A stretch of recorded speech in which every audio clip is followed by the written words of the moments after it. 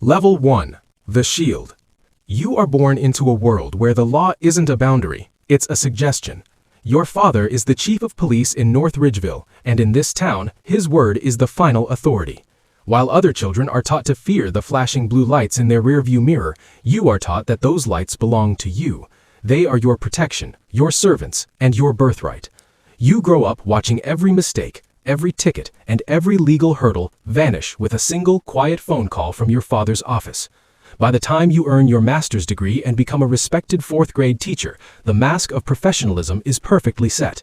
To your students and their parents, you are the pillar of the community, a success story. But behind that practiced academic smile lies a lethal sense of entitlement. You don't just follow the rules, you believe you are the exception to them. You move through life with a calm, arrogant certainty that no matter what you do, the chief's daughter will never have to face the consequences.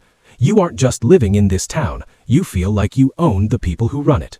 Level 2. The Perfect Match. Early 2024, you meet David. He is a handsome, respected middle school teacher, and on the surface, you two are the town's golden couple.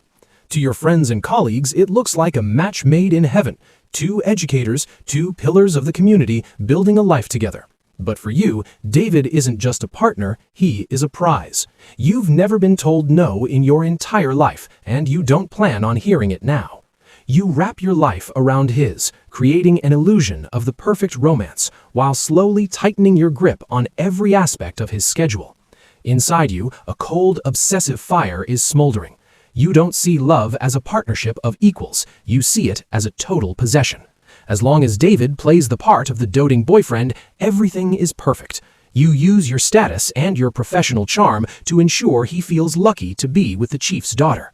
But the moment he tries to breathe on his own or suggests a life outside of your control, the air in the room begins to vanish. You aren't building a future with him, you are building a cage, and you're waiting for the right moment to lock the door. Level 3. The Rejection. April arrives and David does the unthinkable. He tells you it's over. He speaks the words, "we should move on," as if he has a choice in the matter. In a normal world, this is a painful breakup, a moment of grief and transition. But in your world, where your father's badge has always been your shield, this is a personal insult. It is a declaration of war against your ego. You don't cry in front of him, and you don't plead for him to stay. Your pride is far too thick for that. Instead, you stare at him with a cold, terrifying detachment. You decide in that moment that if you cannot own him, no one can. You don't see a man trying to find happiness, you see a piece of property trying to escape its owner. As he walks away, you don't feel heartbreak, you feel a surge of predatory adrenaline. You begin to realize that goodbye was never the end. It was just the opening bell for a game David doesn't even know he's playing. You watch him leave, already calculating how you will dismantle his peace of mind piece by piece, until he realizes that the chief's daughter is the only reality he has left. Level 4. The Predator. For the next 30 days, you become a ghost in his rearview mirror. You transform from a respected fourth-grade teacher into a professional stalker, fueled by the same arrogance that has protected you your entire life. In just 19 days, you are spotted at his school 33 times. You don't just drive by, you linger. You sit in the parking lot for hours, watching the windows of his classroom, logging the exact moment he arrives and the second he leaves. You want him to feel your eyes on him, a constant, heavy weight that he can't explain to anyone else. Every night, you wait in the shadows of the North Ridgeville streets for his car to appear. You follow him back to his apartment, staying just far enough away to remain a dark silhouette in his mirror, but close enough to let him know he is never truly alone. You aren't just an ex-girlfriend anymore, you are a predator, operating with the quiet confidence of someone who knows the police won't stop her. You find a sick, twisted pleasure in watching his movements become more frantic, his shoulders more hunched, and his life more restricted, knowing that you are the one pulling the invisible strings of his fear. Level 5. The Breaking Point. November 6th arrives, and the smoldering rage inside you finally erupts. You discover another woman at David's apartment, and the sight of someone else occupying the space you believe belongs to you is more than your ego can handle. You don't cause a scene in the street. You don't scream or cry like an amateur. Instead, you wait for the silence of the night, moving with the cold, calculated precision of someone who believes they are above the law. You break into his car, but you aren't looking for cash or electronics. Those are beneath you. You decide to take his life away from him, piece by piece. You steal his laptops containing his professional work, his wallet with his identity, his keys to his sanctuary, and most crucially, his essential medications. You want him to feel a primal physical vulnerability. You want him to wake up and realize that his survival, his health, and his daily routine are now entirely in your hands. You want him to have to pick up the phone, to swallow his pride, and to beg the chief's daughter for his life back. In your mind, this isn't a crime, it's a correction. Level 6. The illusion of safety. The police finally arrive, their sirens cutting through the quiet North Ridgeville night. But you don't flinch. You are sitting in your car, perfectly composed, watching the flashing blue lights reflect in your windshield with a sense of calm that borders on the surreal. When the officer approaches your window and asks what you are doing there, you don't stammer or look away. You lie with the practiced ease of someone who has spent 27 years believing their own myths. You tell him you were just getting dinner, that this is all a misunderstanding between two people who used to be close. Even as the cold metal of the handcuffs clicks shut around your wrists, you aren't worried. You don't feel the shame or the panic that a normal citizen would feel. Instead, you look the arresting officer in the eye with a chilling, silent reminder of exactly whose daughter you are.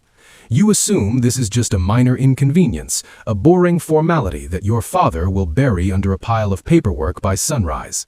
You walk to the patrol car not as a criminal, but as a VIP who is temporarily being inconvenienced by a subordinate who hasn't yet realized the mistake he is making. Level 7. The masterpiece of lies. The courtroom is your final stage. You stand there, dressed in professional attire, clutching a carefully rehearsed statement.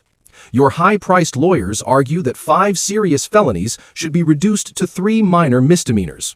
They present a distorted image of a 4th-grade teacher who was simply helping with classwork when she took those laptops. As you begin to speak, you carefully avoid any admission of the predatory stalking you conducted for weeks. You don't feel a shred of remorse. You expect the system to do what it has always done for the chief's daughter, bow down to your privilege and let you walk out the front door. You are convinced that your father's legacy is the ultimate get-out-of-jail-free card. Level 8. The reality check. The judge looks past your professional suit and sees right through the mask. He doesn't see the chief's daughter, he sees a predator. He calls your behavior bizarre and stalking, refusing to buy the story your lawyers spent months building. Then the words that shatter your world echo through the silent courtroom, remanded to county jail. 7 days in a cold cell, 18 months with a GPS monitor strapped to your ankle, a permanent no-contact order. In an instant, the shield your father built for you over 27 years vanishes. You are no longer the untouchable daughter of a police chief. You are a prisoner being handed over to the deputies. For the first time in your life, the flashing blue lights aren't there to protect you, they are there to take you away. Level 9. The meltdown. The transition is violent. The mask of the professional teacher vanishes, replaced by a shrieking, terrified child. You scream in the middle of the court, a sound of pure and titled agony that echoes off the high ceilings. This isn't the cry of someone who is sorry for her crimes. It is the cry of someone who cannot believe the world finally said no to her. Your hands are pulled behind your back, and the cold metal of the handcuffs is cinched tight. You are no longer standing at a podium. You are being physically restrained by the very officers who used to salute your father. You thrash and wail as you are dragged through the heavy wooden doors toward the holding cells. The last thing the public sees is the chief's daughter, hair disheveled and face contorted in rage, being forced into the back of a transport van. Level 10. The Fallen. Your career is dead. Your reputation is ash. Every step you take is tracked by a heavy black box around your ankle, a constant reminder that the chief's daughter is now just a number in the system. You sit in your room, listening to the silence of a town that no longer fears your name. You look at the GPS monitor, realizing that the man you obsessed over is finally free, and you are the one trapped in the prison you built for yourself. The shield is gone, the power is broken, and all that's left is the ghost of the life you thought you owned.